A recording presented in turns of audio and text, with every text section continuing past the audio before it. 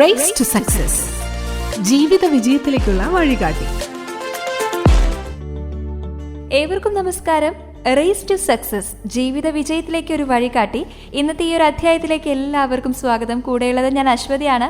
നമുക്കിന്ന് സംസാരിക്കാനുള്ള വിഷയം അധിക പ്രസംഗം അരുത്. ഇതിനെപ്പറ്റി നമ്മളോട് ഡീറ്റെയിൽ ആയിട്ട് സംസാരിക്കാനായിട്ട് നമ്മുടെ കൂടെയുള്ളത് അഹല്യ എഡ്യൂക്കേഷൻ ഇൻസ്റ്റിറ്റ്യൂഷൻസിന്റെ ഡയറക്ടറായിട്ടുള്ള PR ശ്രീ മഹാദേവൻ പിള്ള സാറാണ്.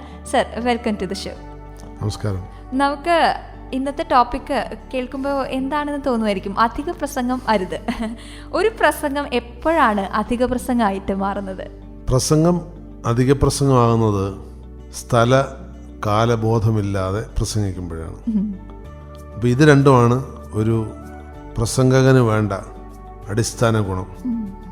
ഞാൻ ഈ പ്രസംഗകൻ എന്ന് പറയുമ്പോൾ ഞാൻ പ്രത്യേകം എടുത്തു പറയുകയാണ്, ഞാൻ ആദ്യകാലത്തൊക്കെ പ്രാസംഗികൻ എന്നായിരുന്നു പറഞ്ഞുകൊണ്ടിരുന്നത്.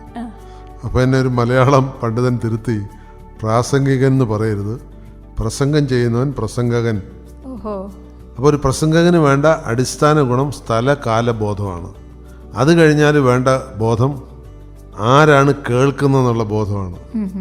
ഈ 3 ബോധം ഉണ്ടെങ്കിൽ പ്രസംഗം അധിക പ്രസംഗമല്ലാതെ നിലനിർത്താൻ പറ്റുള്ളൂ. അതാണ് ഇന്നത്തെ നമ്മുടെ ടോപ്പിക്ക്, അധിക പ്രസംഗം അരുത്. അപ്പോൾ നമ്മൾ ഇപ്പോൾ പറയുകയാണെങ്കിൽ ഇങ്ങനെയുള്ള ക്വാളിറ്റീസ് ഒക്കെ വേണമെന്ന് പറഞ്ഞു. ഇത് കൂടാതെ മറ്റെന്തെല്ലാം ക്വാളിറ്റീസ് വേണം ഒരു പ്രസംഗകനാകാൻ? ഒരു പ്രസംഗകനാകാൻ ഒരുപാട് ക്വാളിറ്റീസ് വേണം. ഞാൻ ഓരോന്നായിട്ട് അതിനെ ലിസ്റ്റ് ചെയ്യാം. ആദ്യം നമ്മൾ അറിയേണ്ടത്, പ്രസംഗം ഒരു കലയാണ്. അത് ജന്മസിദ്ധമായ ഒരു വാസനയല്ല. ഒരു കലയായതുകൊണ്ട് ഇപ്പോൾ ഏത് കലയാണെങ്കിലും, നൃത്തമാണെങ്കിലും സംഗീതമാണെങ്കിലും, ഞാനൊരു സംഗീതം അറിയുന്നവനാണെന്ന് പറഞ്ഞ് നേരെ പോയി പ്രയോഗിക്കാൻ പറ്റില്ല. സംഗീതം പഠിക്കണം, അത് പരിശീലിക്കണം. അതുപോലെ തന്നെ പ്രസംഗവും പഠിക്കണം, പരിശീലിക്കണം. ജന്മനാ ഒരാളും പ്രസംഗാനല്ല. പക്ഷേ ചില ജന്മ സാഹചര്യങ്ങൾ നമുക്ക് ഗുണം ചെയ്യും. ഉദാഹരണത്തിന് ഞാൻ എൻ്റെ കഥ തന്നെ പറയാം. ഞാനൊരു പ്രസംഗകനാണോ എന്ന് എനിക്കിപ്പോഴും അറിയില്ല. പക്ഷേ ഒരുപാട് പ്രസംഗിക്കാറുണ്ട്. വലുതും 10,000 പേര് വരെയുള്ള ഓഡിയൻസിനെ അഡ്രസ്സ് ചെയ്യാറുണ്ട്. ചിലപ്പോൾ 10 പേരുള്ളവരെ അഡ്രസ്സ് ചെയ്യാറുണ്ട്. ചിലപ്പോൾ 5 മിനിറ്റ് പ്രസംഗിക്കാറുണ്ട്. ചിലപ്പോൾ ഞാൻ 6 മണിക്കൂർ വരെ പ്രസംഗിച്ചിട്ടുണ്ട്. അതൊക്കെ സംഭവിക്കാം.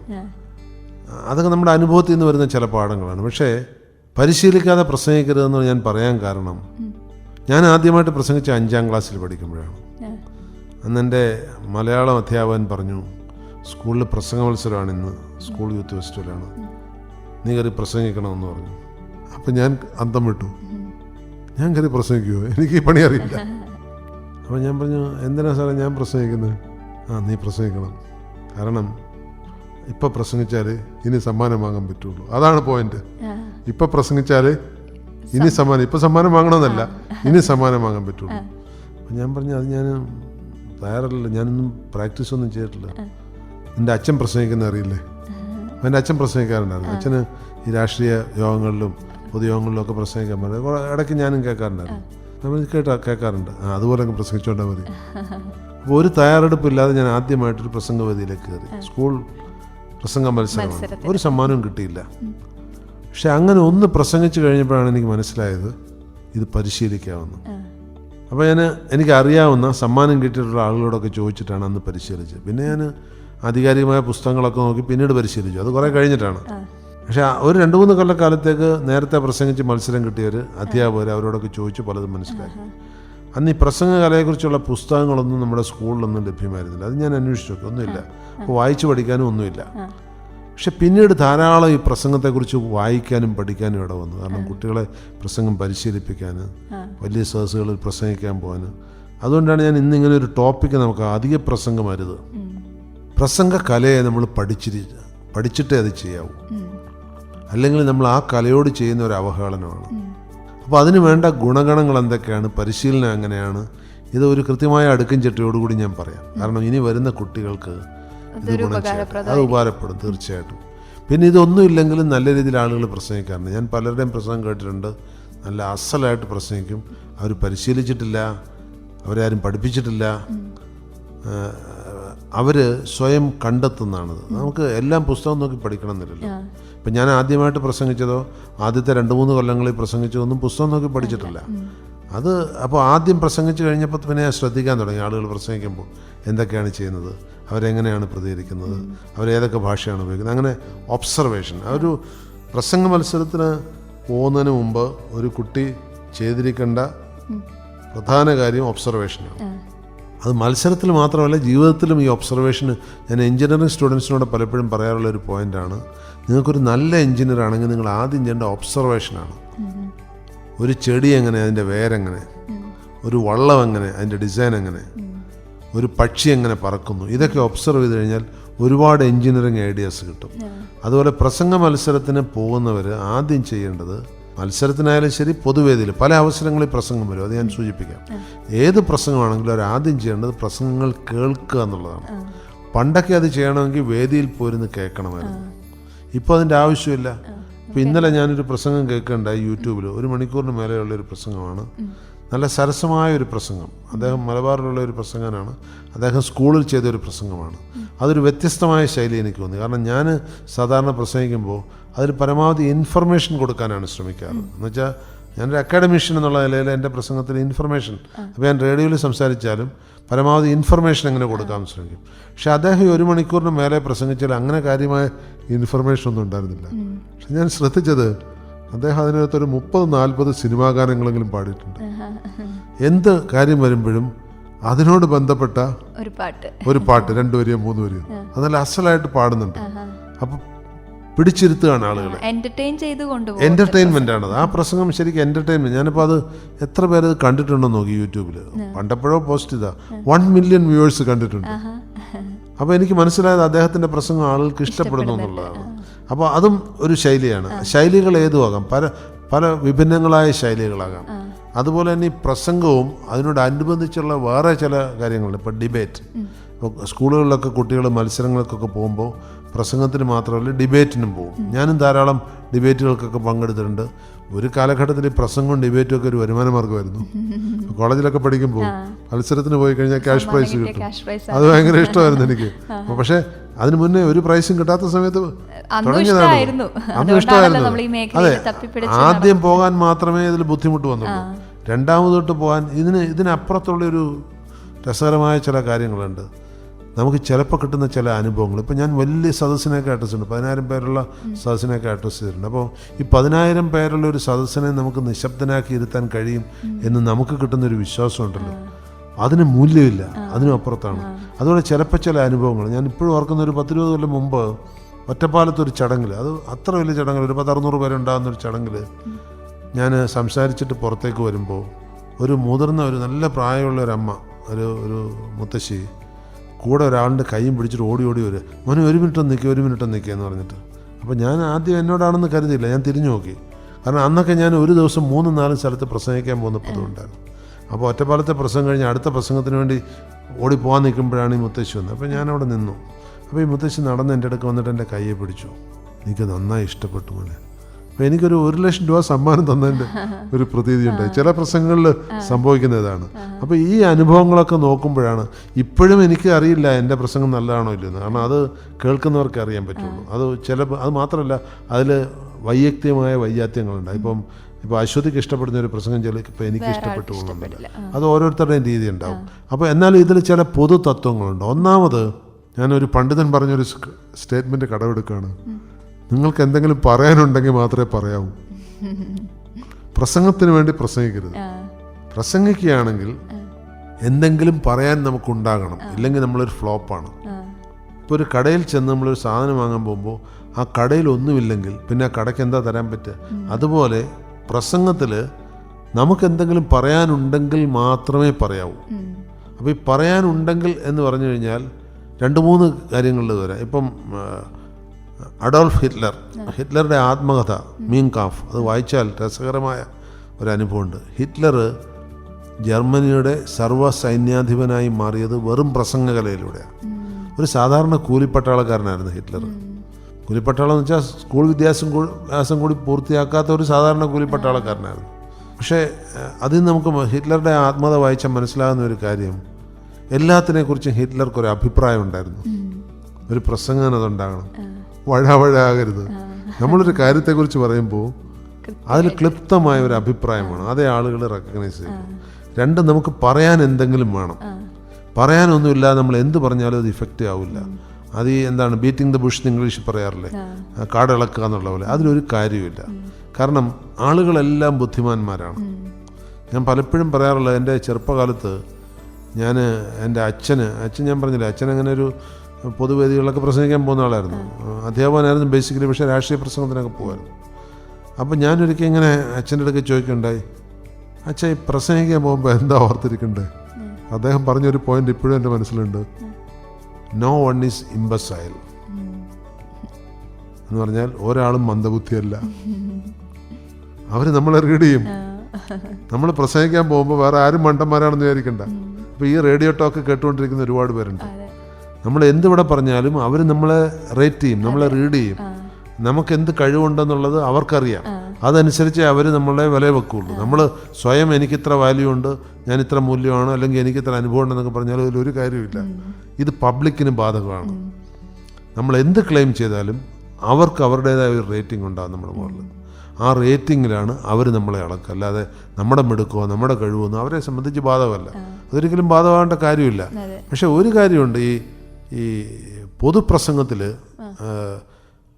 ചില കാര്യങ്ങൾ ശുഷ്കാന്തി കാണിച്ചില്ലെങ്കിൽ നമുക്ക് സ്റ്റേജിൽ നിൽക്കാൻ പറ്റാതെ വരും. മാർഗരറ്റ് താച്ചർ നല്ല പ്രസംഗകയായിരുന്നു. മാർഗരറ്റ് താച്ചർ ബ്രിട്ടീഷ് പ്രധാനമന്ത്രിയായിരുന്നു. താച്ചർ പറഞ്ഞ ഒരു വാചകം ഞാൻ ഇപ്പോഴും ഓർക്കാറുണ്ട്. ഏത് സ്റ്റേജിലും ഞാൻ കയറുമ്പോൾ ഒരു 2-3 സെക്കൻഡ് നേരത്തേക്ക് എൻ്റെ കാലൊന്ന് ഇടറും, പക്ഷെ അപ്പോഴത്തേക്ക് ഞാൻ തിരിച്ചു വരും.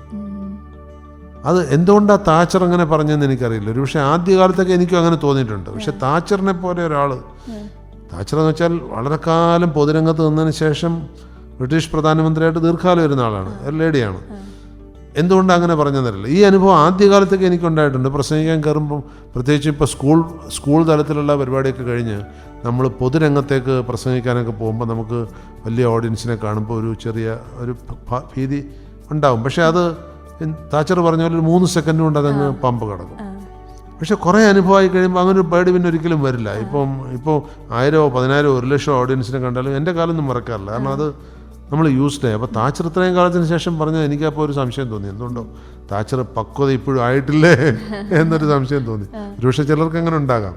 ഇനി ഈ പ്രസംഗം അധികപ്പറ്റാകാതിരിക്കണമെങ്കിൽ പ്രധാനമായിട്ട് വേണ്ടത് ഏത് തരത്തിലുള്ള പ്രസംഗമാണ് നമ്മൾ ചെയ്യാൻ പോകുന്നത്. ഒരു മത്സരമാണോ, ഒരു ഉദ്ഘാടന പ്രസംഗമാണോ, ഒരു അധ്യക്ഷ പ്രസംഗമാണോ, അല്ലെങ്കിൽ ഒരു ഇൻസ്പയറിങ് മോട്ടിവേഷണൽ സ്പീച്ചാണോ, ഒരു ട്രെയിനിങ് സെഷനാണോ? ഇതിനെയൊക്കെ കുറിച്ച് നമുക്ക് ക്ലിപ്തമായ ബോധം ഉണ്ടാകണം. എന്തിലാണ് നമ്മൾ ചെയ്യുന്നത്? ഇപ്പോൾ നമ്മളൊരു കറി ഉണ്ടാക്കുക. ഇപ്പോൾ അശ്വതി വളരെ ഭംഗിയായിട്ടൊരു ചിക്കൻ മസാല കറി ഉണ്ടാക്കി, എന്നിട്ട് വിളമ്പുന്ന സമയത്ത് കഴിക്കാൻ വരുന്ന ആൾ പറയുകയാണ് ഞാൻ വെജിറ്റേറിയനാണ്. എന്തായിരിക്കും അപ്പോൾ ഉണ്ടാകുന്ന ഒരു വികാരം? അതുപോലെ തന്നെയാണ്. പിന്നെ ഒരു അനുഭവജ്ഞാനമുള്ള പ്രസംഗന് പ്രസംഗിക്കുമ്പോൾ തന്നെ അറിയാം ഹൗ ഇറ്റ് ഈസ് റിസീവ്ഡ് എന്നുള്ളത്. നമുക്ക് കണ്ടു കഴിഞ്ഞാൽ പക്ഷെ ചിലപ്പോൾ അത് അബദ്ധം പറ്റും. എനിക്ക് പണ്ടൊരു അബദ്ധം പറ്റി, അതോടെ പറയാം. അതൊരു സ്കൂളിലൊരു ചടങ്ങിൽ ഞാൻ പ്രസംഗിക്കുകയായിരുന്നു. അപ്പോൾ ഞാൻ പറയുന്ന കാര്യങ്ങൾക്കെല്ലാം ഫ്രണ്ട് ഇരിക്കുന്ന ഒരു കുട്ടി എല്ലാം ചിരിച്ചുകൊണ്ട് തലയാട്ടുന്നുണ്ട്. അപ്പോൾ ഞാൻ വിചാരിച്ചു കുട്ടികൾക്ക് ഭയങ്കര ഇഷ്ടമാണല്ലോ, ഈ കുട്ടികൾക്ക് ഭയങ്കര ഇഷ്ടമാണല്ലോ പ്രസംഗം. ഇതൊരു റെപ്രസെൻറ്റേറ്റീവ് അല്ലേ, സ്കൂളിലിരിക്കുന്ന കുട്ടിയാണല്ലോ. ഇപ്പോൾ കുറച്ച് കഴിഞ്ഞപ്പോൾ ഞാൻ എന്തോ ഒരു ചോദ്യം ചോദിച്ചിട്ട് ഞാൻ ഈ കുട്ടിയുടെ നേർക്കൊന്ന് പറയുമെന്ന് പറഞ്ഞു. കുട്ടിയൊന്നും പറയുന്നില്ല. രണ്ടാമതും ചോദിച്ചു, ആ കുട്ടിയൊന്നും പറയുന്നില്ല. അപ്പോൾ വീണ്ടും ഞാൻ ചോദിച്ചപ്പം വേറൊരു കുട്ടി എഴുന്നേറ്റ് എന്ന് പറഞ്ഞു, സാറേ അവനൊന്നും കേൾക്കാനും പറയാനും കഴിയില്ല. പിന്നെന്തിനാണ് കുട്ടി അവിടെ നിന്നുകൊണ്ട് തലയാട്ടി ചിരിച്ചെന്ന്. അപ്പോൾ എനിക്ക് എൻ്റെ സൈക്കോളജി വർക്ക് ചെയ്തു. കാരണം ആ ഒരു കുറവുള്ള ആളുകൾ അത് മറ്റുള്ളവരെ കാണിക്കാൻ ഇഷ്ടപ്പെടുന്നില്ല. അപ്പോൾ അതിനുവേണ്ടി ഈ കുട്ടി തലയാട്ടി ആസ്വദിച്ച് കാണിച്ചതാണ്. അപ്പോൾ അങ്ങനെ അബദ്ധങ്ങൾ പറ്റാം. ഇതൊരിക്കലേ സംഭവിച്ചിട്ടുള്ളൂ, പക്ഷെ അങ്ങനെ സംഭവിക്കാറുണ്ട്.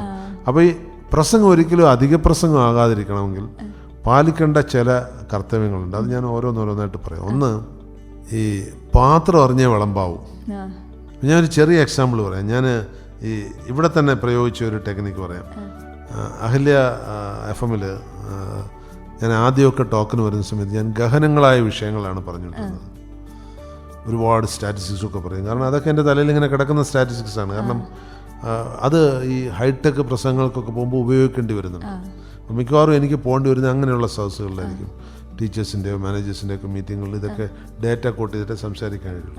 അപ്പോൾ ഞാനിവിടെ വന്നു കഴിഞ്ഞപ്പോൾ ആദ്യമായിട്ട് ഞാൻ പല ഗഹനങ്ങളായ വിഷയങ്ങളെക്കുറിച്ചൊക്കെ പറഞ്ഞു. അപ്പോൾ എൻ്റെ ഒരു സഹപ്രവർത്തകൻ എന്നോട് പറഞ്ഞു, സാർ അവിടെ കോളേജ് അധ്യാപകരല്ലല്ലോ പഠിപ്പിക്കുന്നത്, നാട്ടുകാരല്ലേ കേൾക്കുന്നത്. അപ്പോൾ ഞാൻ പറഞ്ഞു ശരിയാണ്, പക്ഷേ നാട്ടുകാർക്ക് ഇതിലൊക്കെ ഇഷ്ടമുണ്ടാവും, പക്ഷേ കുറച്ചുകൂടെ സിമ്പിളായിട്ടുള്ള കാര്യങ്ങളാണെങ്കിൽ കൂടുതൽ പേർക്ക് ഇഷ്ടപ്പെടും.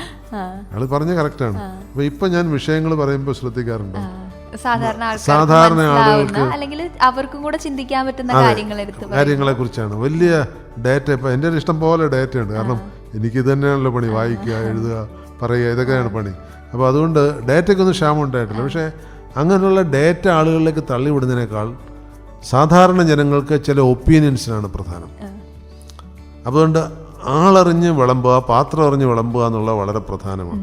ഇപ്പോൾ സ്കൂൾ കുട്ടികളുടെ മുന്നിൽ പോകുമ്പോൾ ഈ കൊച്ചു കുട്ടികളാണെങ്കിൽ ഒരു വലിയ പ്രശ്നം അവരെ നിശബ്ദരാക്കി ഇരുത്തുക എന്നുള്ളതാണ്. മനസ്സിലായില്ലേ?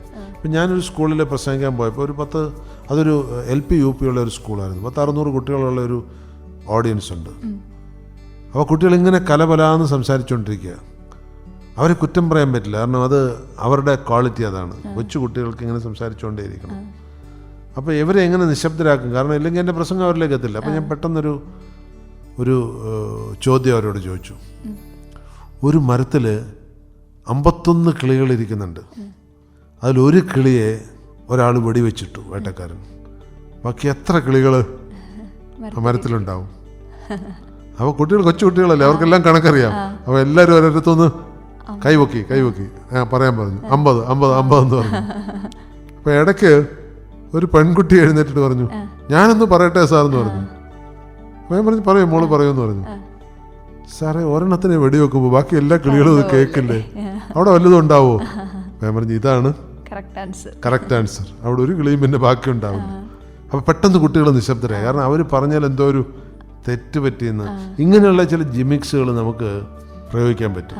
അതുപോലെ കുട്ടികൾക്ക് ഇഷ്ടപ്പെടുന്ന വേറൊരു കാര്യം, ഞാനിത് സദസ്സിനെ എങ്ങനെ ഡീൽ ചെയ്യണമെന്നുള്ള, കുട്ടികൾക്ക് ഇഷ്ടപ്പെടുന്ന വേറെ ഒരു കാര്യം, ഈ നമ്മൾ റെട്ടറിക്ക് പലപ്പോഴും പറഞ്ഞിട്ടുള്ള ചില കഥകൾ കുട്ടികൾക്ക് കേൾക്കാൻ ഭയങ്കര ഇഷ്ടമാണ്. അവരത് ഓർത്തിരിക്കും, എന്തെങ്കിലും ചെറിയ കഥകൾ. അതുകൊണ്ടാണ് ഈ അറിയപ്പെടുന്ന പ്രവാചകന്മാർ, യേശുക്രിസ്തുവിനെ പോലുള്ള പ്രവാചകന്മാർ അവരുടെ ഉപദേശങ്ങൾ നൽകിയിരുന്ന ത്രൂ ഫേബിൾസാണ്, ത്രൂ കഥകളിൽ കൂടെയാണ്. ഇപ്പം നല്ലവനായ സമരിയക്കാരൻ എന്നൊക്കെ പറഞ്ഞ കഥകൾ കേട്ടിട്ടില്ലേ? അത് ഇതിനകത്തുള്ള ആശയം വളരെ സിമ്പിളായിട്ട് അവർക്ക് പറയാം. പക്ഷേ അതിന് പകരം അവരൊരു കഥയിൽ അത് ഈ എലിക്ക് വിഷം വെക്കുമ്പോൾ ഭക്ഷണത്തിനകത്ത് വിഷം വെക്കുന്ന പോലുള്ള ഒരു ഡീലാണത്. ഭക്ഷണമായിരിക്കും എലി നോക്കുന്നത്, പക്ഷേ അകത്ത് വിഷമായിരിക്കും. അതുപോലെ നമ്മളൊരു നല്ല ആശയം കുട്ടികളിലേക്ക് എത്തിക്കണമെങ്കിൽ അതൊരു കഥ വഴിയായി കഴിഞ്ഞാൽ കുട്ടികളത് പെട്ടെന്ന് പിടിച്ചെടുക്കും. അല്ലാതെ നമ്മൾ പറഞ്ഞാൽ ഒരിക്കലും അത് പിടിച്ചെടുക്കില്ല. ഇനി നമുക്ക് അതിൻ്റെ സാങ്കേതിക വശങ്ങളിലേക്കൊന്ന് പോയി, പ്രസംഗത്തിൻ്റെ സാങ്കേതിക വശങ്ങൾ. പല ഘട്ടങ്ങളിൽ നമുക്ക് പ്രസംഗിക്കേണ്ടി വരും. കുറേ പേരൊക്കെ ഇപ്പോൾ സർവീസും കഴിഞ്ഞ് റിട്ടയർ ചെയ്ത് കഴിഞ്ഞാലും 2 മിനിറ്റ് പ്രസംഗിക്കാൻ കഴിയാത്ത ആളുകളുണ്ട്. അവരതിൽ നിന്ന് ഒഴിഞ്ഞു മാറുകയാണ് ചെയ്യുന്നത്. അതിനോട് ഭീതിയാണ് ഉണ്ടാകുക. നമുക്ക് പ്രധാനമായിട്ട് പ്രസംഗിക്കേണ്ടി വരുന്ന അവസരങ്ങൾ, ഇപ്പോൾ അധ്യാപകരെ സംബന്ധിച്ചാണെങ്കിൽ ദിവസവും പ്രസംഗിക്കണം, അത് ക്ലാസ്സുകളിൽ പ്രസംഗിക്കേണ്ടി വരും. അതൊരു നിത്യത്തൊഴിൽ അഭ്യാസമാണ് അധ്യാപകർക്ക്. പിന്നെ വരാവുന്നത് ചില ചടങ്ങുകളിലാണ്. ചടങ്ങുകളെന്ന് വെച്ചാൽ ഇപ്പോൾ സെൻഡ് ഓഫ് ചടങ്ങ്, അല്ലെങ്കിൽ ഇപ്പോൾ ക്രിസ്തീയ സമുദായത്തിലാണെങ്കിൽ വിവാഹ ചടങ്ങ്, അങ്ങനെയുള്ള ചടങ്ങുകൾ. അതുപോലെ പഠിച്ച സ്കൂളിലുള്ള ഒരു ചടങ്ങ്, അതല്ലെങ്കിൽ നമ്മുടെ ബന്ധുക്കളെ ആരെങ്കിലും അനുമോദിക്കുന്ന ഒരു ചടങ്ങ്, അല്ലെങ്കിൽ ഏതെങ്കിലും ഒരു ചെറിയ ഫങ്ഷനിൽ സ്വാഗത പ്രസംഗമോ ആശംസാ പ്രസംഗമോ അല്ലെങ്കിൽ അങ്ങനെയുള്ള ചടങ്ങ്. പിന്നെ അതിഥിയായിട്ട് പോകുമ്പോൾ ഉദ്ഘാടന പ്രസംഗം, അധ്യക്ഷ പ്രസംഗം. ഇനി ഇതൊന്നും അല്ലാതെ വലിയ സദസ്സിനെ പിടിച്ചിരുത്താൻ വേണ്ടി ഉള്ള പ്രോഗ്രാംസ് ഉണ്ടാകും. രാഷ്ട്രീയപരമായിട്ടുള്ള മീറ്റിംഗ്, മതപരമായ മീറ്റിംഗ്, അങ്ങനെയുള്ള ചടങ്ങുകളുണ്ട്. ഇനി ഇതൊന്നും അല്ലാതെ പ്രൊഫഷണൽ ടോക്ക് ഉണ്ടാവും. ഈ പ്രൊഫഷണൽ ടോക്കിനൊരു വ്യത്യാസമുണ്ട്. പ്രൊഫഷണൽ ടോക്ക് ഹൈലി പെയ്ഡ് ആയിരിക്കും. ഇപ്പോൾ ഉദാഹരണത്തിന് എഞ്ചിനീയർമാർക്കുള്ളൊരു പരിശീലന പരിപാടി, വക്കീലന്മാർക്കുള്ളൊരു പരിശീലന പരിപാടി, അതൊക്കെ ഏതെങ്കിലും ഒരു വലിയ സ്ഥാപനം നമ്മളെ ഏൽപ്പിക്കുന്നതായിരിക്കും അതിനുവേണ്ടി കൊടുക്കാൻ വേണ്ടിയിട്ട്. ഇനി ഇതൊന്നും അല്ലാതെ ഈ സ്കൂളിലുള്ള ടോക്കുകൾ, കോളേജിലുള്ള ഇൻവൈറ്റഡ് ടോക്കുകൾ. ഇപ്പോൾ സ്കൂളിൽ പോയി കഴിഞ്ഞാൽ പലപ്പോഴും കൊച്ചു കുട്ടികളുടെയും വലിയവരുടെയും മുതിർന്നവരുടെയും ടീച്ചേഴ്സിൻ്റെയും പേരൻസിൻ്റെയും. ഇപ്പോൾ ഞാൻ കഴിഞ്ഞ ആഴ്ച മലമ്പുഴ ഒരു സ്കൂളിൽ അതിയായിട്ട് പോയിരുന്നു. ഞാൻ നോക്കുമ്പോൾ ഓഡിയൻസിൽ LKG മുതൽ 12ാം ക്ലാസ് വരെയുള്ള കുട്ടികളുണ്ട്. അത് കൂടാതെ ഒരു 10-200 രക്ഷിതാക്കളുണ്ട്. വലിയൊരു ക്രൗഡുണ്ട്, വലിയൊരു ഹാളിനകത്താണ്. അപ്പോൾ ഇത് ഒരു ഹെട്രോജീനിയസ് ക്രൗഡാണ്. നേരത്തെ പറഞ്ഞു പാത്രം അറിഞ്ഞു വിളമ്പുന്നു, ഈ പാത്രത്തില് ഫുൾ വെറൈറ്റി ഇത് അറിയാൻ പറ്റില്ല. അപ്പം അങ്ങനെയുള്ള സദസ്സ് വരുമ്പോൾ നമുക്കൊരു വലിയ പ്രശ്നം ഉണ്ടാവും. അതെങ്ങനെ ഡീൽ ചെയ്യും? കാരണം അപ്പോൾ നമ്മൾ കുറച്ച് ബുദ്ധി ഉപയോഗിക്കണം. ഇതിൽ രക്ഷിതാക്കൾക്ക് വേണ്ടി പ്രസംഗിച്ചു കഴിഞ്ഞാൽ കുട്ടികൾ ബഹളം വെക്കും, അവർക്ക് ശ്രദ്ധ ഉണ്ടാവില്ല. ഇതിൽ ബഹളം വെക്കാൻ സാധ്യതയുള്ള കാറ്റഗറി ആരാണ്? LKG UKG 1, 2 ക്ലാസ്സിലുള്ളതാണ്. അപ്പോൾ അവരെ ഫോക്കസ് ചെയ്താൽ ബഹളം വെക്കില്ല. ഇങ്ങനെയാണ് പാത്രം അറിഞ്ഞു കൊടുക്കുക. അപ്പോൾ അത് രക്ഷിതാക്കളും കേട്ടുകൊണ്ടിരിക്കും, രക്ഷിതാക്കളും മിണ്ടാണ്ടിരുന്നുള്ളൂ. അപ്പോൾ ഇങ്ങനെയുള്ള ചില കോംപ്ലക്സ് സിറ്റുവേഷൻസും വരാറുണ്ട്. പക്ഷേ സാധാരണഗതിയിൽ ഇപ്പോൾ ഇത് നമ്മുടെ ഈ റേഡിയോ ടോക്ക് കേട്ടുകൊണ്ടിരിക്കുന്നവരിൽ നല്ലൊരു പങ്ക് കുട്ടികളുണ്ടാകാൻ ചിലപ്പോൾ. കുട്ടികൾ നേരിടേണ്ടി വരുന്ന ഇതൊന്നുമല്ല, പ്രസംഗ മത്സരമാണ്. എൻ്റെ അഭിപ്രായത്തിൽ ഒരു കുട്ടി പ്രസംഗിക്കാൻ എവിടെ അവസരം കിട്ടിയാലും പോയി പ്രസംഗിക്കണം. കാരണം അങ്ങനെ പ്രസംഗിച്ചാൽ മാത്രമേ അവർക്ക് ഭാവി ജീവിതത്തിൽ സ്വന്തം തൊഴിലിൽ, സ്വന്തം ഉയർച്ചയിൽ ഇത് ഉപയോഗിക്കാൻ പറ്റുള്ളൂ. പ്രസംഗം പരിശീലിക്കേണ്ട ഒരു കലയാണ്. ഇനി അത് പരിശീലിക്കുന്നതിന് ഉള്ള ഒരു ഘട്ടം കൂടി ഞാൻ പറയാം. അപ്പോൾ ആദ്യമായിട്ട് ഞാൻ പറഞ്ഞത്, എവിടെ പ്രസംഗിക്കാനൊരു അവസരം കിട്ടിയാലും കുട്ടികൾ പോയി പ്രസംഗിക്കണം, മുതിർന്നവരുടെ അവിടെ നിൽക്കട്ടെ. അപ്പോൾ അത് പരിശീലിക്കണം. അത് പരിശീലിക്കാൻ ചില എളുപ്പവഴി ഞാൻ പറയാം. ഇതൊക്കെ ഞാൻ പ്രയോഗിച്ചിട്ടുള്ള രീതികൾ തന്നെ. പക്ഷെ പിന്നീട് ഇതെനിക്ക് മനസ്സിലായി ഇതൊക്കെ ചില സ്റ്റാൻഡേർഡ് രീതികൾ തന്നെയാണ്. ഒന്ന്, ആദ്യം വീട്ടിൽ എന്തായാലും ഒരു കണ്ണാടി ഉണ്ടാവും. ഈ കണ്ണാടിയുടെ മുന്നിൽ നിന്നുകൊണ്ട്, അപ്പോൾ ഭിത്തിയലമാരയോ അല്ലെങ്കിൽ ഇരുമ്പലമാരയോ ഒക്കെ ആണെങ്കിൽ അതിൽ ചിലപ്പോൾ വലിയ കണ്ണാടി ഉണ്ടാവും. ഇനി ഇതില്ലെങ്കിൽ ചെറിയ കണ്ണാടി ഫ്രണ്ടിൽ പിടിച്ചുണ്ടായാലും മതി. അതിൻ്റെ മുന്നിൽ നിന്ന് നമ്മൾ എന്തെങ്കിലുമൊക്കെ വിഷയത്തെക്കുറിച്ച് സംസാരിക്കണം. അപ്പോൾ അങ്ങനെ സംസാരിക്കുമ്പോൾ നമ്മുടെ കൈകാലുകളുടെ ചലനം, പ്രത്യേകിച്ചും വലിയ കണ്ണാടിയാണെങ്കിൽ എളുപ്പമായി, പിടിച്ചു നിൽക്കേണ്ട, നമുക്ക് ഫ്രീ ആണ്. നമ്മുടെ കൈകാലുകളുടെ ചലനം, നമ്മുടെ മുഖത്തിൻ്റെ ചലനം, നമ്മുടെ വായയുടെ ചലനം, ഇതെല്ലാം കൃത്യമായിട്ട് നമുക്ക് മനസ്സിലാവും. അതിൽ നിന്ന് നമുക്കൊരു സെൽഫ് കറക്ഷൻ ഉണ്ടാവും. അതാണ് ഫസ്റ്റ് സ്റ്റേജ്. ഇനി ഈ സെൽഫ് കറക്ഷൻ കഴിഞ്ഞ് കഴിഞ്ഞാൽ പിന്നെ ഇപ്പോൾ പ്രസംഗ മത്സരം 2 തരത്തിലാണ്. മുൻകൂട്ടി വിഷയം തരുന്ന മത്സരങ്ങളും അപ്പോഴപ്പോൾ വിഷയം തരുന്ന ഇഷ്ടംപോർ എന്ന് പറയും. ഇഷ്ടംപോർ എന്ന് പറഞ്ഞാൽ 5 മിനിറ്റ് മുന്നേ വിഷയം തരുള്ളൂ. ഈ മുൻകൂട്ടി വിഷയം തരുന്ന പ്രസംഗ മത്സരമാണെങ്കിൽ നമുക്ക് തയ്യാറെടുത്ത് പോവാം. അതിന് ഇഷ്ടംപോലെ സമയം കിട്ടും. ഇന്ന് വിഷയം കിട്ടിയാൽ നാളത്തേക്കോ മറ്റന്നാളത്തേക്കോ പോയി തയ്യാറെടുത്ത് പോകാം. ഇനി മുൻകൂട്ടി വിഷയം കിട്ടുന്നില്ലെങ്കിൽ ഇഷ്ടംപോർ സ്പീച്ച്. സാധാരണ ഇതിൽ സ്കൂളിൽ മത്സരങ്ങൾക്കൊക്കെ ഇഷ്ടംപോർ സ്പീച്ചാണ് കൊടുക്കുക. ഇഷ്ടംപോർ സ്പീച്ചിൻ്റെ ഒരു പ്രത്യേകത, ഒരു 5 മിനിറ്റ് മുന്നേ ആയിരിക്കും വിഷയം തരിക. അപ്പോൾ 5 മിനിറ്റ് വിഷയം കിട്ടിക്കഴിഞ്ഞാൽ 5 മിനിറ്റ് പ്രസംഗിക്കാം. അപ്പോൾ ഈ 5 മിനിറ്റിൽ 4 മിനിറ്റ് കഴിയുമ്പോൾ ഒരു ബെല്ലടിക്കും, 5 മിനിറ്റ് കഴിയുമ്പോൾ 2 ബെല്ലടിക്കും, അതോടുകൂടി തീർത്തണം. അപ്പോൾ 5 മിനിറ്റിന് മുന്നേ ഒരു വിഷയം കിട്ടിക്കഴിഞ്ഞാൽ ഈ 5 മിനിറ്റ് എങ്ങനെ പ്രസംഗിക്കും അതൊരു കുട്ടി? അപ്പോൾ അതിനൊരു ടെക്നിക്ക് എന്താണെന്ന് വെച്ച് കഴിഞ്ഞാൽ, അത് സാധാരണ ഇതിൽ ചെയ്യുന്ന ഒരു ടെക്നിക്കാണ്. അത് ആയുഷ്കാലം ഗുണം ചെയ്യുകയും ചെയ്യും. വിഷയം ഏതാണെങ്കിലും പറയാൻ പറ്റുന്ന ഒരു 10-50 ലൈൻസ് അങ്ങ് ബൈ ഹാർട്ട് ചെയ്ത് വെക്കണം. ഏത് വിഷയമാണെങ്കിലും. ഇപ്പോൾ ഇന്ത്യ എൻ്റെ മാതൃരാജ്യമാണ് എന്നൊരു സ്റ്റേറ്റ്മെൻറ്റ് പറയാൻ ഏത് വിഷയമാണെങ്കിലും പറഞ്ഞുകൂടെ? ആർക്കെങ്കിലും അതിപ്പോൾ ഉണ്ടാവും. ചിലപ്പോൾ മഹാത്മാഗാന്ധിയെക്കുറിച്ചായിരിക്കാം വിഷയം, അല്ലെങ്കിൽ ഇന്ത്യൻ സ്വാതന്ത്ര്യ സമരത്തെക്കുറിച്ചായിരിക്കാം. സ്കൂൾ മത്സരങ്ങൾക്കൊക്കെ ഇങ്ങനെയുള്ള നാഷണൽ റിലേറ്റഡ് വിഷയങ്ങളാണ്. അല്ലെങ്കിൽ ഇന്ത്യയുടെ കാർഷിക വികസനത്തെക്കുറിച്ചാകാം, അല്ലെങ്കിൽ വൈറ്റ് റവല്യൂഷനെ കുറിച്ചാകാം. ഇതിനെ എന്തിനെക്കുറിച്ചാണെങ്കിലും പ്രസംഗിക്കാൻ പറ്റുന്ന ഒരു 10-50 ലൈൻസ് നമുക്ക് ബൈ ഹാർട്ട് ചെയ്ത് വെക്കാം. എന്നിട്ട് അതിങ്ങനെ മനസ്സിൽ ആവർത്തിക്കണം. ബൈ ഹാർട്ട് ചെയ്ത് വെക്കുക എന്ന് പറഞ്ഞു കഴിഞ്ഞാൽ നമ്മൾ എവിടെയെങ്കിലും ഒന്ന് എഴുതി വെക്കുക, എഴുതി വെച്ചിട്ട് അതൊന്ന് വായിക്കുക, എന്നിട്ട് നടക്കുമ്പോഴൊക്കെ ഇതിങ്ങനെ മനസ്സിൽ പറഞ്ഞുകൊണ്ട് നടക്കണം.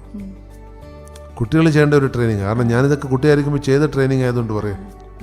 ഇങ്ങനെ മനസ്സിൽ പറഞ്ഞുകൊണ്ട് നടന്നാൽ കുറച്ച് സമയം കഴിയുമ്പോൾ നമ്മുടെ മനസ്സിൽ ഇതങ്ങ് ഹൃദയസ്ഥമാവും. കുറേ സ്റ്റാൻഡേർഡ് സ്റ്റേറ്റ്മെൻറ്റ്സ് ആയി.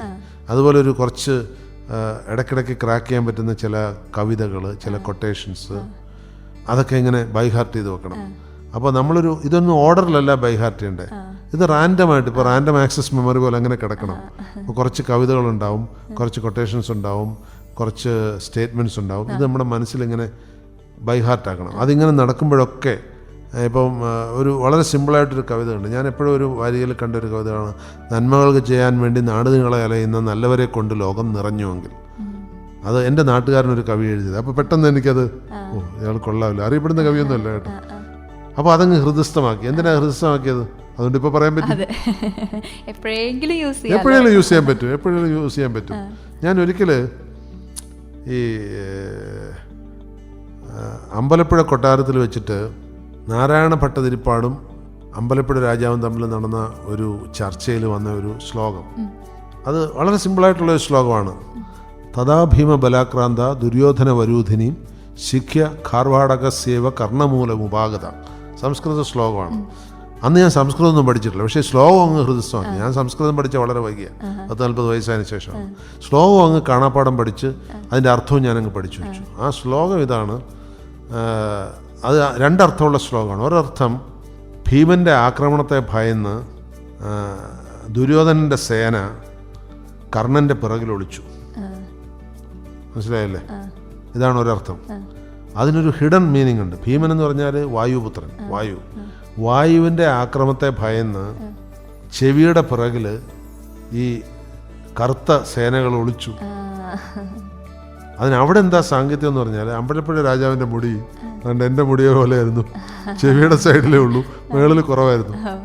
അപ്പം ഇത് ആദ്യം രാജാവിന് മനസ്സിലായില്ല, കാരണം ഇതൊരു ക്ഷിപ്ര കവിതയായിരുന്നു, പെട്ടെന്ന് എഴുതി കൊടുത്തു. അപ്പം ഞാനിത് കാണാതെ പഠിക്കുമ്പോൾ എന്തിനാണ് കാണാൻ പഠിച്ചതെന്ന് എനിക്ക് തന്നെ അറിയില്ല. ഞാൻ സ്കൂളിൽ പഠിക്കുമ്പോൾ കാണാൻ പഠിച്ചത്, 4ലോ 5ലോ എന്തോ പഠിക്കുമ്പോൾ കാണാൻ പഠിച്ചതാണ്. പക്ഷെ പിന്നീട് ഇതെനിക്ക് പലയിടത്തും സാഹിത്യ വിഷയമായ പ്രസംഗങ്ങളിൽ വരുമ്പോൾ ദ്വയാർത്ഥ പ്രയോഗത്തിനെ കുറിച്ചുള്ള ഉപമയായിട്ട് ഇതിനെ എടുക്കാൻ പറ്റി. ഇത് ഏതെങ്കിലും പുസ്തകങ്ങളിൽ ഇങ്ങനെ എവിടെയെങ്കിലും വിശകലനം ചെയ്യപ്പെട്ടിട്ടുണ്ടോ എന്ന് എനിക്കറിയില്ല, കാരണം ഇതൊരു പുസ്തകത്തിൻ്റെ ഭാഗമല്ല. ഇത് ഒരു ക്ഷിപ്ര കവിതയുടെ ഉദാഹരണമായിട്ട് എവിടെയോ എനിക്ക് കിട്ടിയതാണ്. അപ്പോൾ ഇങ്ങനെയൊക്കെ വീണ് കിട്ടുന്ന ചില ശകലങ്ങളെ അപ്പോഴപ്പോൾ നമ്മളങ്ങ് ബൈഹാർട്ട് ചെയ്യണം. അത് നമുക്ക് ഉപയോഗപ്പെടും. അതുകൊണ്ട് ഇന്നത് ബൈഹാർട്ട് ചെയ്താൽ എവിടെ ഉപയോഗപ്പെടുമെന്ന് നമുക്ക് പറയാൻ പറ്റില്ല, പ്ലാൻ ചെയ്യാൻ പറ്റില്ല. ഞാനൊരു ചെറിയ ഉദാഹരണം വീണ്ടും പറയാം. ഇപ്പം ലൂസേൺ, LUCERN, ലൂസേൺ എന്ന് പറഞ്ഞൊരു ചെടിയുണ്ട്. എനിക്കത് അറിയില്ലായിരുന്നു. ഞാനൊരിക്കൽ ഗോൺ വിത്ത് ദ വിൻഡ് വായിച്ചുകൊണ്ടിരിക്കുന്ന സമയത്ത് ഈ ലൂസേൺ എന്നൊരു വാക്ക് അത് വന്നു. അതൊരു അറിയപ്പെടുന്ന നോവലാണ്. അപ്പോൾ എനിക്ക് വാക്ക് മനസ്സിലായി. ഞാൻ അപ്പം തന്നെ ഡിക്ഷണറി എടുത്ത് നോക്കി. ഡിക്ഷണറി എടുത്ത് നോക്കിയപ്പോൾ ലൂസേൺ എന്ന് പറയുന്നത് അമേരിക്കയിൽ കുതിരകൾക്ക് കൊടുക്കുന്നൊരു പുല്ലാണ്. ലൂസേൺ എന്ന് പറഞ്ഞൊരു പുല്ലാണ്. അപ്പോൾ അത് ഞാൻ മനസ്സിൽ സ്റ്റോർ ചെയ്തിട്ടിരുന്നു. കുറേ കാലങ്ങൾക്ക് ശേഷം ബിടെക് ഫൈനൽ ഇയർ പഠിച്ചുകൊണ്ടിരിക്കുന്ന ഒരു കുട്ടി എൻ്റെ അടുത്ത് വന്നിട്ട് ചോദിച്ചു, സാർ ഈ ലൂസേൺ എന്ന് പറഞ്ഞാൽ എന്താണ്? അപ്പം ഞാൻ ഡിക്ഷണറി നോക്കാതെ തന്നെ അവനോട് പറഞ്ഞു കൊടുത്തു, ലൂസേൺ എന്ന് പറഞ്ഞു കഴിഞ്ഞാൽ അമേരിക്കയിലൊക്കെ കുതിരകൾക്ക് കൊടുക്കുന്നൊരു പുല്ലാണ്, ഇന്ത്യയിൽ അത് അത്ര വളരാറില്ല, കുതിരപ്പുല്ല്, പ്രത്യേക കുതിരപ്പുല്ലാണ്. അപ്പം അവനിങ്ങനെ ഷോക്കായി നിൽക്കുക, സാറിന് എങ്ങനെ അറിയാം? ഞാൻ പറഞ്ഞു, പണ്ടൊരിക്കൽ ഇതൊരു നോവൽ വായിച്ചപ്പോൾ ഞാൻ എൻ്റെ അർത്ഥം ഡിക്ഷണറി നോക്കി. അപ്പം ഞാൻ പറഞ്ഞു വന്നത്, ഒരു ഇൻഫർമേഷൻ നമ്മുടെ കയ്യിലുണ്ടെങ്കിൽ അത് എവിടെയാണ് നമുക്ക് ഉപയോഗിക്കാൻ പറ്റുന്നത്, അവനത് ചോദിക്കാൻ കാര്യം അത് സിവിൽ സർവീസ് പരീക്ഷയ്ക്കൊരു ക്വസ്റ്റ്യൻ ആയിരുന്നു. അത്രേ ജനറൽ നോളജ് പാർട്ടിലൊരു ക്വസ്റ്റ്യൻ ആയിരുന്നു, വാട്ട് ഈസ് ലൂസേൺ എന്നുള്ളത്. അപ്പോൾ അവന് എവിടെയൊക്കെ നോക്കിയിട്ട് അത് കിട്ടിയില്ല, ചിലപ്പോൾ ഡിക്ഷണറി സ്പെല്ലിങ് തെറ്റിയതുകൊണ്ടും ആയിരിക്കാം.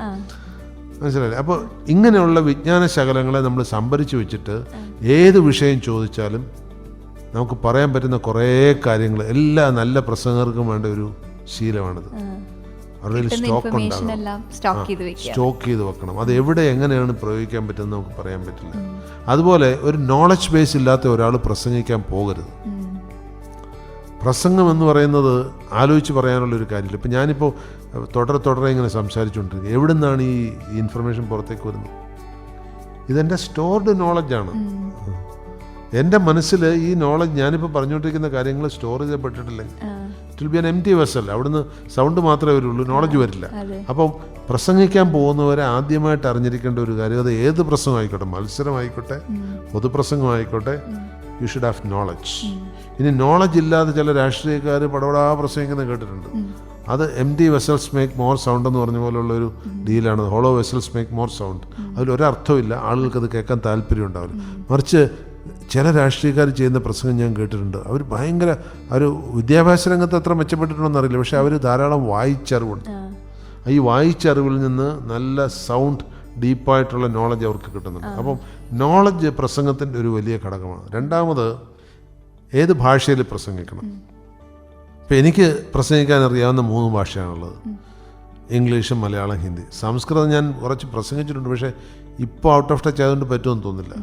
തമിഴും എനിക്കറിയാം, പക്ഷേ തമിഴിൽ ഞാൻ അങ്ങനെ പ്രസംഗിച്ചിട്ടില്ല, മനസ്സിലാവുന്നുള്ളതേ ഉള്ളൂ. അപ്പോൾ ഈ 3 ഭാഷയിൽ ഏത് വേണമെങ്കിലും പ്രസംഗിക്കാമെന്ന് വെച്ചോളൂ. പക്ഷേ ഞാനൊരു സദസ്സിൽ പോകുമ്പോൾ അവിടെ ഏത് ഭാഷയിൽ പ്രസംഗിക്കണം? എനിക്ക് ഒരിക്കലും തിരുനെൽവേലിക്ക് അടുത്ത് ഒരു തമിഴ്നാട്ടിലെ ഒരു സ്കൂളിലൊരു ഗസ്റ്റായിട്ട് പോകേണ്ടി വന്നു. ഞാൻ അവിടെ ചെന്ന് ഇങ്ങനെ സ്റ്റുഡൻസിനെയൊക്കെ നോക്കിയപ്പോൾ എനിക്ക് തമിഴ് അറിയാം, പക്ഷേ ഞാൻ തമിഴിൽ പ്രസംഗിച്ചില്ല, ഞാൻ ഇംഗ്ലീഷിലേ പ്രസംഗിച്ചുള്ളൂ. കാരണം അവിടെ ഇരിക്കുന്ന സ്കൂൾ കുട്ടികൾക്ക് എന്നേക്കാൾ തമിഴിൽ സ്റ്റാൻഡേർഡ് ഉള്ളവരാണ്.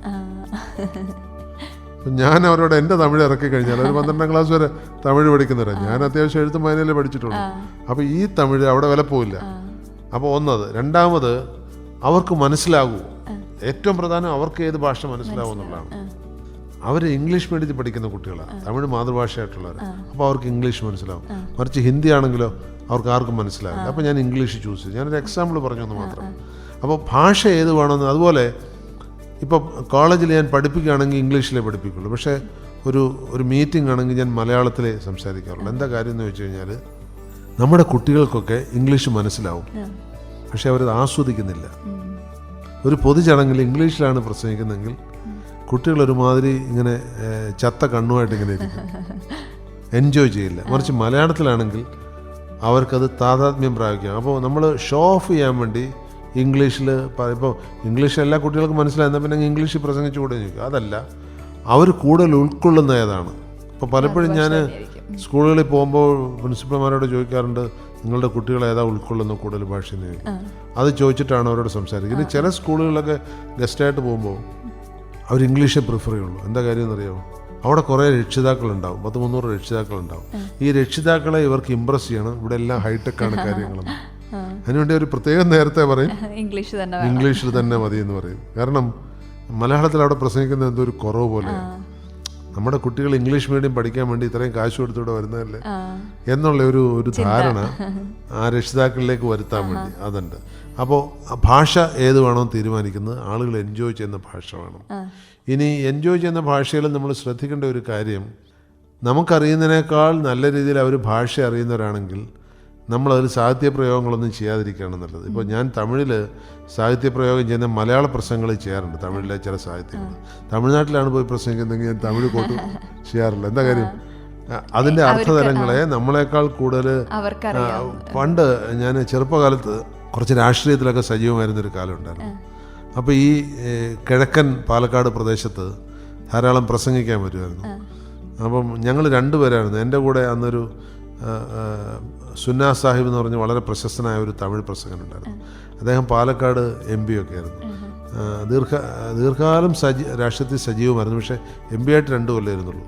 അദ്ദേഹത്തിൻ്റെ തമിഴ് പ്രസംഗം രോമാഞ്ചം കൊള്ളുന്ന പ്രസംഗമാണ്. അപ്പോൾ അദ്ദേഹം എവിടെയെങ്കിലും പ്രോഗ്രാം ഉള്ളപ്പോൾ എന്നെയും വിളിക്കും. അദ്ദേഹം വിളിക്കുന്നത് എന്തിനാണെന്ന് വെച്ച് കഴിഞ്ഞാൽ മലയാളത്തിൽ അദ്ദേഹത്തിന് വശമില്ല. അപ്പോൾ അദ്ദേഹം പറയും, ഈ തമിഴ് മാത്രം ചിലവാക്കുന്നത് ശരിയല്ല, കാരണം ഇവിടെയൊക്കെ പകുതി മലയാളികളും പകുതി തമിഴും. അപ്പം ഞങ്ങൾ 2 പേരും കൂടെ ആയിരുന്നു പോകാറ്. അദ്ദേഹം തമിഴിൽ പ്രസംഗിക്കും, ഞാൻ മലയാളത്തിൽ പ്രസംഗിക്കും. എന്ന് വെച്ചാൽ മാത്രമല്ല, അദ്ദേഹത്തിന് ഈ ഭാഷയിലാണ് പ്രാവീണ്യം. തിരുക്കുറളുടെ എല്ലാ കുറളും കാണാപ്പാടാണ്. അങ്ങനെ ഒരു ഭാഷാ പണ്ഡിതനാണ്. ബേസിക്കലി അഡ്വക്കേറ്റ് ആയിരുന്നു, പക്ഷെ ഭാഷാ പണ്ഡിതനായിരുന്നു. മറിച്ച് ഞാൻ ഭാഷയേക്കാൾ കൂടുതലായിട്ട് മറ്റു വിഷയങ്ങളും സംസാരിക്കുന്നു. കാരണം ശാസ്ത്ര സാങ്കേതിക കാര്യങ്ങൾ, പൊതു കാര്യങ്ങളൊക്കെ പറയുന്നത്. അപ്പോൾ ഇത് രണ്ടും കൂടെ ഒരു സമഞ്ജസമായിട്ട് സമ്മേളിക്കട്ടെ എന്നുള്ള രീതിയിലാണ് അദ്ദേഹം വളരെ സീനിയറായിരുന്നു. കാരണം 75-77 കാലത്ത് പാലക്കാട് MP ആയിരുന്നു. അന്ന് തന്നെ അദ്ദേഹത്തിന് നല്ല പ്രായമുണ്ട്. അപ്പോൾ എന്നെക്കാളൊക്കെ വളരെ സീനിയറാണ്. പക്ഷേ ഞങ്ങളെന്ന് വെച്ചാൽ ഇങ്ങനെയുള്ള സ്റ്റേജുകളിൽ പോയത്. അപ്പോൾ ഈ ഭാഷയുടെ പ്രാധാന്യം പറയാൻ വേണ്ടി ഞാനിത് പറഞ്ഞത്. ആളുകൾക്ക് ഏത് ഭാഷ, അദ്ദേഹം എന്തിനാ എന്നെ വിളിച്ച് അദ്ദേഹത്തിന് തമിഴിൽ പ്രസംഗിച്ചങ്ങ് പോയ പോലെ പോരാ. അദ്ദേഹത്തിന് മനസ്സിലായത് അത് പകുതി പേരെ ഉൾക്കൊള്ളുള്ളൂ. മലയാളത്തിലും കൂടെ ഒരാൾ സംസാരിച്ചു കഴിഞ്ഞാൽ എല്ലാ ആളുകളെയും പിടിച്ചിരുത്താം. അതിന് വേണ്ടിയിട്ടാണിത്. അത് മനഃപൂർവ്വം ചെയ്തിരുന്നതാണ്. മനസ്സിലായല്ലേ? അപ്പോൾ ഭാഷയ്ക്ക് അതിൽ ഒരു വലിയ സ്വാധീനമുണ്ട്. പിന്നെ മറ്റൊന്ന്, ഒരു ശൈലി, പ്രസംഗ ശൈലി. ഇതൊക്കെ കുട്ടികൾ ഉൾപ്പെടെ പഠിക്കേണ്ടതാണ്. ചിലർക്ക് ശൈലി ഓട്ടോമാറ്റിക്കായിട്ട് വരും, സ്വതസിദ്ധമായ ഒരു ശൈലി വരും. ഇപ്പം ഞാൻ പ്രസംഗിച്ച് തുടങ്ങിയ കാലത്ത് ഞാൻ അറിയാതെ എന്നിലേക്ക് വന്ന ശൈലി എൻ്റെ അച്ഛൻ്റെ ശൈലിയാണ്. അച്ഛൻ പ്രസംഗിക്കുന്നത് ഞാൻ കേട്ടിട്ടുണ്ട്. കാരണം അച്ഛനിങ്ങനെ പൊതു പ്രസംഗത്തിന് അവിടെ ഇവിടെയൊക്കെ പോകുമ്പോൾ ദൂരമൊക്കെ പോയെന്ന് അതും കേൾക്കുമായിരുന്നു. പക്ഷെ പിന്നീട് ഞാനത് മാറ്റി. എന്നുവെച്ചാൽ എൻ്റേതായ ഒരു ശൈലി വേണം എന്ന് എനിക്ക് തോന്നി. അപ്പോൾ എൻ്റേതായ ശൈലി, ഞാനൊരു സിമ്പിൾ ശൈലിയെ ഇഷ്ടപ്പെട്ടു. കാരണം ഡെയിൽ കാർണഗിയുടെ ഒരു പുസ്തകം ഞാൻ വായിക്കാനിടയുണ്ട്. Public speaking and influencing men in business എന്നാണ് പുസ്തകത്തിൻ്റെ പേര്. നല്ല പുസ്തകമാണ്, ഇംഗ്ലീഷുള്ള പുസ്തകമാണ്. പൊതുപ്രസംഗവും ആളുകളെ എങ്ങനെ സ്വാധീനിക്കാം എന്നാണ് പുസ്തകത്തിൻ്റെ പേര്. അതിൽ അദ്ദേഹം പറയുന്ന 2-3 കാര്യങ്ങളുണ്ട്. അതിലൊരുപാട് പാഠങ്ങളുണ്ട്. ഞാൻ തറവായിട്ട് 3-4 തവണ വായിച്ച പുസ്തകമാണ്. ആ പുസ്തകം ഇപ്പോഴും മാർക്കറ്റിലുണ്ട്. ഈ നന്നായി പ്രസംഗ മത്സരത്തിനൊക്കെ പോകാൻ താല്പര്യമുള്ള കുട്ടികൾ ആ പുസ്തകം വാങ്ങിച്ച് വായിക്കണം. Public speaking and influencing men in business, അതാണ് പുസ്തകത്തിൻ്റെ പേര്. ഇംഗ്ലീഷ് പുസ്തകമാണ്.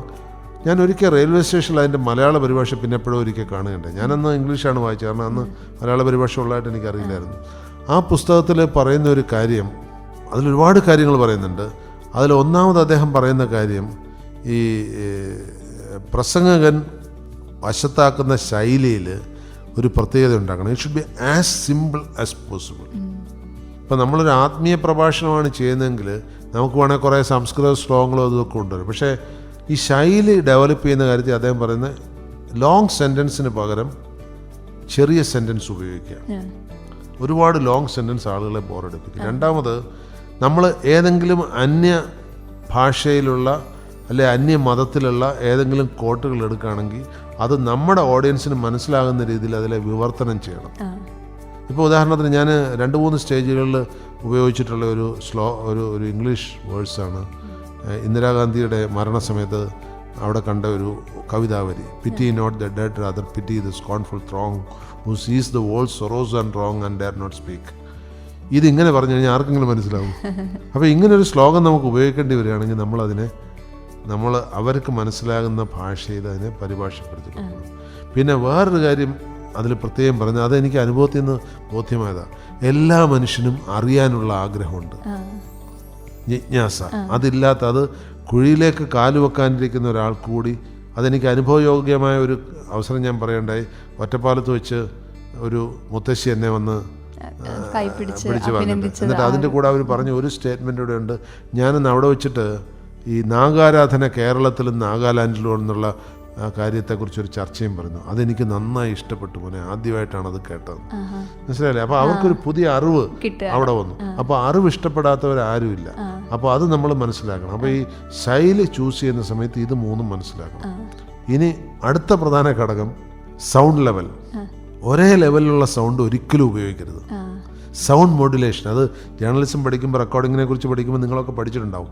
സൗണ്ട് മോഡുലേഷൻ വളരെ ഇഫക്റ്റീവാണ്. അതുപോലെ കാർണഗി പറഞ്ഞ ഒരു ടെക്നിക്ക് കൂടെ ഉണ്ട്, അതും വളരെ പ്രശസ്തമാണ്. അത് പിന്നീട് ഞാൻ പലയിടത്തും അത് പ്രയോഗിക്കുകയുണ്ടായി. നമ്മൾ ഏറ്റവും പ്രധാനപ്പെട്ട കാര്യങ്ങൾ പറയാൻ പോകുമ്പോൾ കുറച്ച് നിശബ്ദനായിരിക്കണം, കുറച്ചു നേരം മിണ്ടരുത്. ഇത്തിരി നേരം മിണ്ടാതിരുന്നിട്ട് പറഞ്ഞു കഴിഞ്ഞാൽ ഭയങ്കര ഇമ്പാക്റ്റാണ് പ്രസംഗത്തിനിടയ്ക്ക് തന്നെ. അതുപോലെ ഒരേ ലെവലിൽ നമ്മളിങ്ങനെ പറഞ്ഞുകൊണ്ടിരുന്നു കഴിഞ്ഞാൽ സൗണ്ട് മോണോട്ടോണി വന്നിട്ട് ആളുകൾക്ക് കേൾക്കാനുള്ള താല്പര്യം കുറയും. അപ്പോൾ ഇടയ്ക്ക് ഇത്തിരി ഒച്ച താഴ്ത്തി പറയുക, അല്ലെങ്കിൽ ഒരു ഡിസ്ട്രാക്ഷനിലേക്ക് കൊണ്ടുപോകുക. പിന്നെ ഇതിൽ ശ്രദ്ധിക്കേണ്ട വേറൊരു കാര്യം, ഒരു 15-20 മിനിറ്റിൽ കൂടുതൽ at A stretch listening skill work ചെയ്യില്ല. അപ്പോൾ അങ്ങനെ നമുക്കൊരു, ഞാൻ 6 മണിക്കൂറൊക്കെ ഞാൻ കണ്ടിന്യൂസ് ആയിട്ട് പ്രസംഗിച്ചിട്ടുണ്ട്. പക്ഷേ അങ്ങനെ ചെയ്യേണ്ടി വരുമ്പോൾ ഈ 6 മണിക്കൂർ ഒന്നുമല്ല കേട്ടോ. എൻ്റെ ഒരു പൂർവ്വ വിദ്യാർത്ഥിയെന്നോ സ്റ്റുഡൻ്റെന്നോ അല്ലെങ്കിൽ സഹപ്രവർത്തകനെന്നൊക്കെ പറയാം, അദ്ദേഹം 72 മണിക്കൂർ ക്ലാസ് എടുത്ത് റെക്കോർഡ് ഇട്ടിട്ടുണ്ട്, ഗിന്നസ് റെക്കോർഡ്, പാലക്കാടാണ്. 72 മണിക്കൂർ കണ്ടിന്യൂസ് ആയിട്ട്. ഞാൻ അത്ഭുതപ്പെട്ടു. അതിനിടയ്ക്ക് എന്തോ ഒരു അരമണിക്കൂർ ചായ കുടിക്കാനോ അങ്ങനത്തെ ഒരു ഗ്യാപ്പൊക്കെ ഉള്ളൂ. അതൊരു അപാര കഴിവാണ്. ഞാൻ മാക്സിമം ഒരു 6-7 മണിക്കൂറിനപ്പുറത്ത് എടുത്തിട്ടില്ല. അത് ഇപ്പോഴൊന്നും അല്ല. പണ്ട് കാലത്ത് സ്റ്റഡി ക്ലാസ് എടുക്കാൻ രാഷ്ട്രീയ പാർട്ടികൾ വിളിക്കുമായിരുന്നു. അത് പെയ്ഡ് ക്ലാസ്സസ് ആണ്. അപ്പം 3 മണിക്കൂറിന് അല്ലെ ഇത്ര മണിക്കൂർ എന്നൊക്കെ പറഞ്ഞാണ് വിളിക്കാറ്. അപ്പോൾ അങ്ങനെ 6-7 മണിക്കൂർ വരെയൊക്കെ, അത് ചെറുപ്പകാലത്ത് ആയതുകൊണ്ട് ആ ക്ഷീണം വരില്ല. ഇപ്പോൾ ഒരു ടോക്ക് 3 മണിക്കൂറൊക്കെ ആയിക്കഴിഞ്ഞാൽ തന്നെ നമുക്കൊരു ക്ഷീണം തോന്നും, തൊണ്ടയ്ക്ക് വരൾച്ചയൊക്കെ തോന്നും, അങ്ങനെ ഉണ്ടാകാറുണ്ട്. അപ്പോൾ ഈ മോണോട്ടോണി കഴിയുന്നത് ഒഴിവാക്കണം പ്രസംഗത്തിൽ. പിന്നെ മറ്റൊന്ന്, ഒരു കാര്യം കൂടി പ്രധാനമായിട്ട് ശ്രദ്ധിക്കേണ്ടത്, നമ്മുടെ ഫിസിക്കൽ കണ്ടീഷനെ കുറിച്ച് നമുക്ക് അറിവുണ്ടാകണം. വെച്ചാൽ നമ്മൾ എത്രയൊക്കെ എക്സ്പീരിയൻസ്ഡ് ആയിട്ടുള്ള ഒറേറ്റേഴ്സ് ആയെങ്കിലും നമ്മുടെ ശരീരം നമ്മളോട് കോപ്പറേറ്റ് ചെയ്യാത്ത ചില സമയങ്ങൾ വരും. ഇപ്പോൾ ഉറക്കമില്ലായ്മ, അല്ലെങ്കിൽ അമിതമായ ദാഹം, അല്ലെങ്കിൽ ചില പ്രത്യേക ഭക്ഷണങ്ങൾ കഴിഞ്ഞാൽ, ഇപ്പോൾ ഒരു പ്രസംഗത്തിന് വേണ്ടി നല്ല അസലായിട്ട് കോഴി ബിരിയാണി കഴിച്ചിട്ട് പോയി കഴിഞ്ഞാൽ ഇത്തിരി വിഷമമായിരിക്കും. നമ്മുടെ മാനസികാവസ്ഥ പ്രോപ്പറായിട്ട് വർക്കില്ല. അപ്പോൾ അതിനൊരു പ്രിമൈസിങ് എന്ന് പറയും. നമ്മൾ പോകുന്നതിന് മുമ്പായിട്ട് നമ്മളെ തന്നെ പരുവപ്പെടുത്തിയെടുത്തേണ്ട ഒരു സ്ഥിതിയുണ്ട്. അപ്പോൾ പ്രധാനപ്പെട്ട കാര്യങ്ങളൊക്കെ ഞാൻ പറഞ്ഞു. ഇനി എന്തെങ്കിലും ഉണ്ടെങ്കിൽ ചോദിക്കാം. ഇനിയും ഒരുപാട് കാര്യങ്ങൾ ചോദിക്കാനുണ്ടെങ്കിൽ കൂടെ നമ്മുടെ സമയം ഇപ്പം തന്നെ ഒരുപാട് സമയം നമ്മൾ എടുത്തു അല്ലേ, അതുകൊണ്ട് ഇപ്പം നിർത്താൻ തോന്നുന്നു. പക്ഷേ സാറിങ്ങനെ പറയുമ്പോൾ ഒരുപാട് കാര്യങ്ങൾ നമ്മൾ ഈ കുറഞ്ഞ സമയം കൊണ്ട് പറഞ്ഞു തീർത്തിട്ടുണ്ടായിരുന്നു. എന്തായാലും ഈ ഒരു പ്രസംഗം എന്ന് പറയുന്നത് ഒരു കലയാണ്. അധിക പ്രസംഗം ആവരുത് എന്നുള്ള ആ ഒരു ടോപ്പിക്കിൽ നമ്മൾ ഒരുപാട് കാര്യങ്ങൾ ഡിസ്കസ് ചെയ്തു. അപ്പോൾ നമുക്ക് വീണ്ടും അടുത്തൊരു ദിവസം പുതിയൊരു ടോപ്പിക്കുമായിട്ട് എത്താം. സാർ